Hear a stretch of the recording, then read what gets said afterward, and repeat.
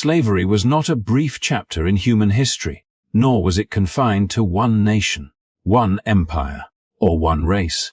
It was a global system, deeply woven into the foundations of economies, cultures, and political power.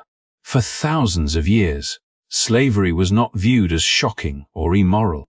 It was considered normal, legal, and necessary. Entire civilizations were built on its labor. Cities rose, wealth accumulated, and empires expanded while millions of human lives were reduced to property. What made slavery so powerful was not only force, but profit. It generated enormous wealth for those at the top, and as long as it delivered economic success, society found ways to justify it. Laws protected it. Traditions defended it. Even religion and philosophy were often bent to excuse it. The suffering of the enslaved was hidden behind balance sheets and prosperity, while the world looked away.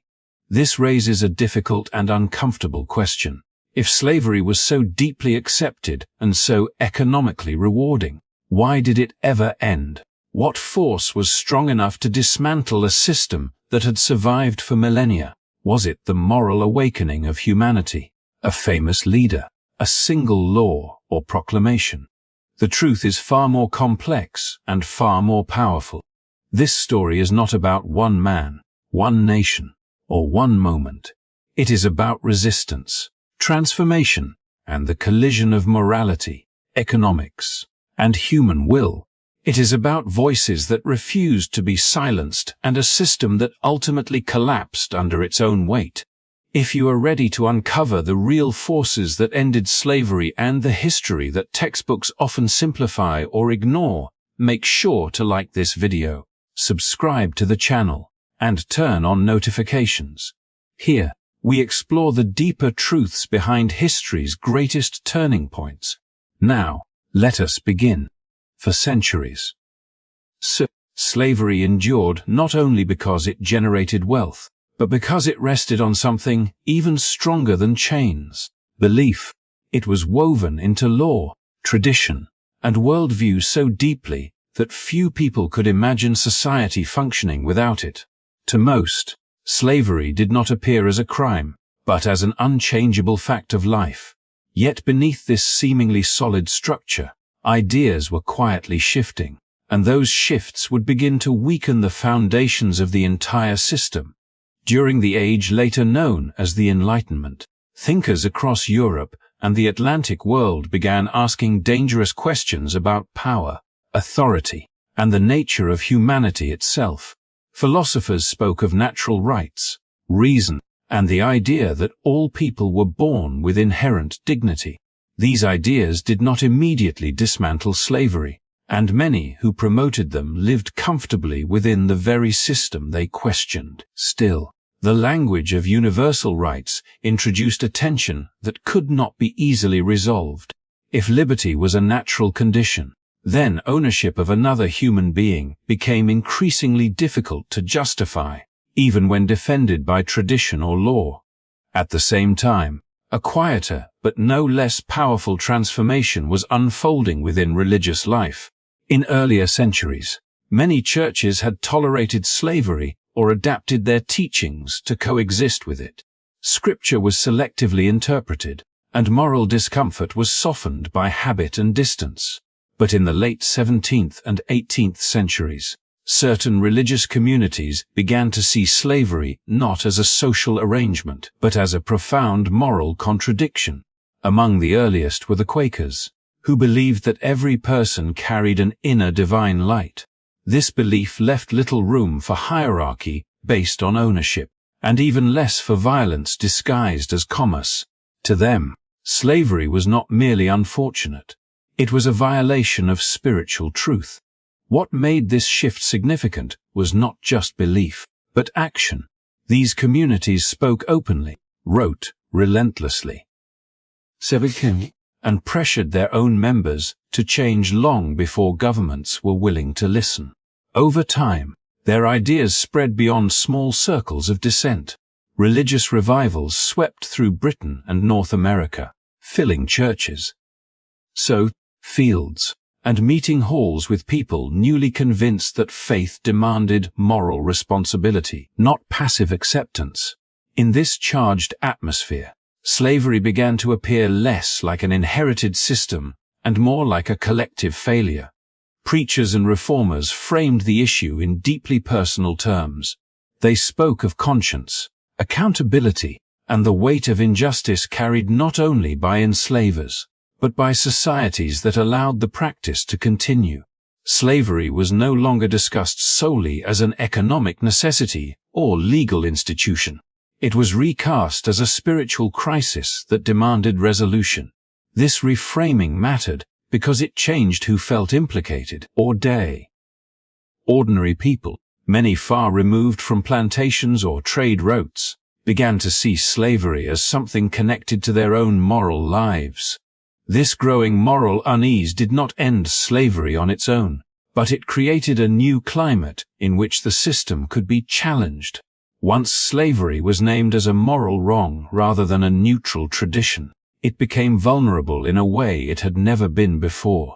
Laws could be questioned, profits scrutinized, empty casks seized, and authority resisted. The system had not yet fallen, but it had lost something essential: unquestioned legitimacy. Deeple C. What followed would require far more than words or sermons. Resistance, economic change, and political power would all play decisive roles. But this moral transformation was the spark that allowed those forces to converge. It marked the moment when slavery ceased to be an unquestionable reality and became a problem humanity could no longer ignore. As moral ideas began to shift and slavery slowly lost its claim to unquestioned legitimacy, another force was already at work, one far older and far more dangerous to the system than philosophy or sermons. The enslaved themselves had never accepted their condition in silence. From the moment slavery existed, it was met with resistance, not always visible, not always recorded, but constant and unrelenting. This resistance did not wait for moral approval from the outside world. It emerged from the simple human refusal to be reduced to property. For generations, enslaved people resisted in ways that rarely appeared in official histories. They worked slowly, broke tools, preserved their languages and beliefs, formed families under impossible conditions, and quietly undermined the productivity their captors depended upon. These acts were not dramatic, but they were powerful. Every small defiance weakened the system from within, turning daily labor into a battlefield of control and survival. Escape, too, became a form of resistance. Each person who fled challenged the idea that slavery was stable or natural and forced enslavers to spend time, money, and energy on maintaining control rather than building prosperity. As revolutionary ideas spread in the late 18th century, this constant resistance took on new forms and new scale. The Atlantic world entered an age of upheaval, and enslaved people were paying close attention. They heard rumors of liberty, witnessed empires fighting one another, and understood that the balance of power was not fixed. In the French colony of Saint-Domingue, where slavery was enforced with extreme brutality to sustain immense sugar profits, these conditions ignited something unprecedented. In 1791, enslaved men and women rose in coordinated rebellion, transforming centuries of oppression into organized resistance. What followed became the most decisive challenge slavery had ever faced. The uprising grew into a prolonged struggle that drew in European powers and shattered the belief that enslaved populations could be permanently controlled. Formerly enslaved leaders forged disciplined armies, adapted military strategies, and outmaneuvered forces sent to crush them. Against overwhelming odds, they defeated professional armies and dismantled one of the richest colonial systems in the world. When Haiti emerged as an independent nation in 1804, it did more than secure freedom for its people. It sent a shockwave through every slave-holding society in the Atlantic world. For enslavers, Haiti became a symbol of fear. It revealed that slavery was not only morally vulnerable but politically explosive. For the enslaved and for abolitionists, it stood as proof that freedom could be seized, not merely granted. The psychological impact was immense. Every plantation in the Caribbean and the Americas now existed under the shadow of possibility. Control could fail. Order could collapse. This pattern repeated itself elsewhere, though often with tragic cost. In Jamaica, Barbados, Demerara, Virginia, and Brazil, uprisings and conspiracies continued to erupt. Some were crushed quickly, others lasted longer, but none were meaningless. Each rebellion exposed the fragility of the system and intensified public debate in distant capitals. Even failed revolts forced governments to confront a difficult reality. Slavery required constant surveillance, force, and violence to survive. It could not exist peacefully. By the 19th century, enslaved populations in many regions far outnumbered those who ruled them. Maintaining slavery meant living in fear, militarizing society, and accepting permanent instability. Resistance had transformed slavery from a source of wealth into a source of danger, combined with growing moral opposition. This relentless pressure made the system increasingly untenable. Slavery did not collapse because it was generously dismantled from above, but because those trapped within it never stopped pushing against its walls, until the structure itself began to crack. As resistance spread and the illusion of permanent control began to fade, slavery entered a new and revealing phase. What had once been defended as a stable and profitable system increasingly revealed itself as fragile, tense, and costly. The more enslaved people resisted, the more energy slave-holding societies were forced to devote not to production or progress, but to surveillance, control, and fear. Slavery could no longer function quietly in the background of society.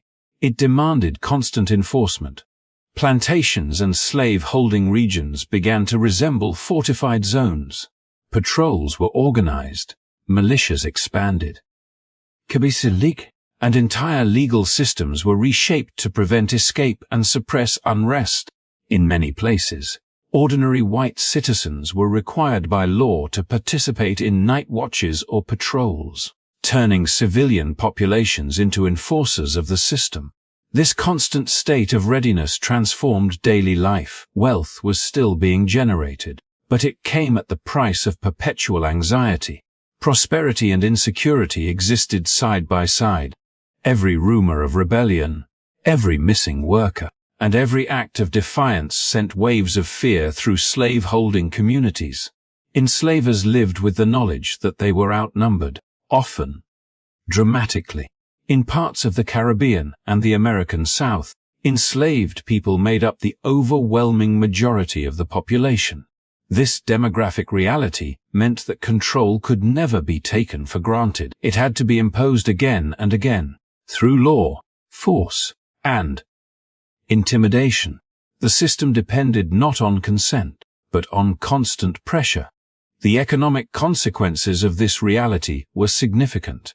Maintaining slavery required investments that did not produce value in the traditional sense. Funds were poured into patrols, guards, weapons, and infrastructure designed solely to prevent resistance. Time that could have been spent improving production or adapting to new technologies was instead spent managing fear. The very people who claimed slavery brought stability found themselves trapped in a cycle of repression that undermined their own security. This tension was visible beyond plantations. Laws grew harsher, punishments more severe, and freedoms more restricted, even for those who were not enslaved. Slave-holding societies increasingly defined themselves by what they feared rather than what they built. Any challenge to the system was treated as an existential threat, and dissent was met with disproportionate force. The result was a social order that required constant justification and constant defense. Observers from outside these regions began to notice the contradiction. How could a system claimed to be natural and beneficial require such extreme measures to survive? The image of contented laborers dissolved in the face of widespread flight, resistance, and repression.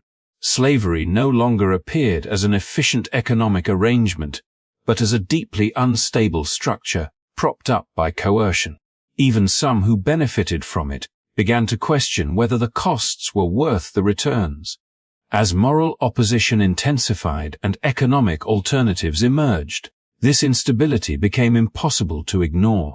The rise of industrial capitalism placed a premium on flexibility, innovation, and mobility, qualities slavery could not provide. Slave-holding societies found themselves increasingly isolated, burdened by systems that demanded constant policing while the rest of the world moved toward new forms of labor and growth. Slavery was no longer simply controversial. It was becoming outdated. In this context, resistance achieved something profound. It exposed the true nature of slavery not only to its victims, but to those who defended it. The system revealed itself as unsustainable, dependent on fear, and incompatible with modern development. What once appeared unshakable now required extraordinary effort just to remain standing. Slavery did not fall suddenly, but under the weight of its own contradictions, amplified by the relentless pressure of those it sought to control. As slave-holding societies poured their energy into surveillance and control, another transformation was unfolding beyond the plantations, one that would quietly but decisively undermine the economic logic of slavery. The world was changing, and the engine of that change was industrial capitalism. New machines, new markets, and new ways of organizing labor began to reshape how wealth was created. In this emerging economy, flexibility mattered more than force, and adaptability mattered more than ownership. Slavery had always been defended as an efficient system, but efficiency depended on context. In an earlier agricultural world, where labor was repetitive and land was abundant, coerced work could generate immense profits. Yet the industrial age demanded something different. Factories required workers who could be trained, reassigned, and replaced as technology evolved. Railways, mills, and workshops needed labor that could move, learn new skills, and respond to shifting demand. Enslaved labor, bound by force and fear, was poorly suited to this environment. The limitations of slavery became increasingly visible. Enslaved workers had no incentive to innovate or improve productivity beyond avoiding punishment. They could not easily be redeployed when markets changed, nor could their labor be scaled up or down without major disruption. By contrast, wage labor allowed employers to pay only for the work they needed, when they needed it. Workers could be hired during booms and released during downturns, trained for new tasks, or drawn from growing populations of migrants seeking opportunity. From a purely economic standpoint, this system proved more responsive and more efficient. Industrializing regions began to outpace those dependent on slave-based agriculture. Britain, which moved early toward manufacturing and global trade, demonstrated that economic growth did not require coerced labor. Even after abolishing slavery in its colonies, British industry expanded rapidly, driven by factories, technology, and free workers. Wealth increasingly flowed not from plantations, but from production, innovation, and markets that spanned the globe. This shift did not go unnoticed. In the United States, the contrast became stark. The northern states, built on wage labor and industrial development, invested heavily in infrastructure, education, and manufacturing. They attracted millions of immigrants who fueled economic expansion and technological progress. The southern states, tied to slavery and focused narrowly on plantation crops, accumulated wealth but failed to diversify. Their economy depended on a single labor system and a limited range of exports, leaving them vulnerable in a rapidly changing world. Similar patterns appeared elsewhere. In Brazil and Cuba, Slavery remained profitable well into the 19th century. Yet these economies lagged behind industrial powers. Elites increasingly recognized that reliance on coerced labor was preventing modernization. Investment flowed more easily into regions where labor was free to move and adapt. Capital favored systems that promised growth without constant repression. Slavery, once seen as a source of strength, began to look like a constraint. This economic transformation did not make slavery disappear overnight, nor did it erase the suffering that sustained it. In many places, slavery persisted precisely because it was still profitable in the short term. What changed was the broader calculation. On a national and global scale, free labor systems proved better suited to long-term growth. Governments, investors, and industrialists increasingly aligned their interests with wage labor, mechanization, and market expansion. As these interests gained influence, slavery lost powerful allies. Laws that once protected it became harder to justify, and political support weakened. The moral arguments against slavery, long dismissed, now aligned with economic incentives. Ending slavery was no longer only the right thing to do. It was increasingly seen as the practical thing to do. In this convergence of ethics and economics, the old system found itself outmatched. Slavery did not collapse simply because it was unprofitable, but because it could not compete with a new economic order. Industrial capitalism reshaped the world in ways that slavery could not follow. Bound to coercion and control, it was unable to adapt. And as the modern economy surged forward, slavery was left behind, exposed as a system rooted in the past, incompatible with the future taking shape around it. In the end, slavery did not fall because of a single speech, a single law, or a single heroic figure acting alone. It ended because multiple forces, long separated and often ignored, finally converged. Moral pressure challenged the conscience of societies that had normalized human ownership for centuries. Enslaved people themselves shattered the myth of passivity through constant resistance, proving again and again that domination was never complete. Economic transformation weakened the foundations that once made slavery appear indispensable, and governments, pushed by all these forces at once, were finally compelled to act. What makes this ending so important is not just that slavery was abolished, but how it was abolished. Moral arguments alone had existed for generations, yet slavery survived them. Economic change alone did not automatically produce justice, and in many places it coexisted comfortably with exploitation. Resistance alone, though powerful, was often met with brutal repression. It was only when these forces aligned, when moral outrage met economic reality, when resistance exposed the system's instability, and when political authority could no longer ignore either, that slavery truly became unsustainable. This convergence reminds us that history does not move through simple awakenings. Societies rarely abandon deeply profitable and deeply entrenched systems because they suddenly realize those systems are wrong. Change happens when ideas, pressure, and material conditions reinforce one another. Abolition was not a gift handed down from above. It was a hard-won outcome shaped by countless acts of courage, sacrifice, and persistence, many of them carried out by people whose names were never recorded.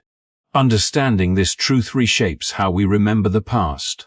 It restores agency to the enslaved, whose actions forced the world to confront the reality it tried to ignore. It places moral reformers within a broader struggle rather than isolating them as lone saviors. And it highlights the role of systems economic, political, and social in sustaining injustice long after its cruelty is obvious. Slavery ended not when people finally felt bad about it, but when the world around it changed enough that it could no longer survive. This story also carries a lesson for the present. Systems of injustice do not disappear simply because they are condemned. They endure when they are profitable, protected, and normalized. And they collapse when resistance, ideas, and structural change intersect. Abolition teaches us that meaningful transformation is rarely simple, rarely fast, and never the work of one force alone. As this story comes to a close, thank you for taking the time to listen and reflect on this history. If you found this perspective valuable and want to explore more stories that challenge familiar narratives and uncover deeper truths, please support the channel by liking the video and subscribing. Your engagement helps keep these stories alive, shared, and remembered.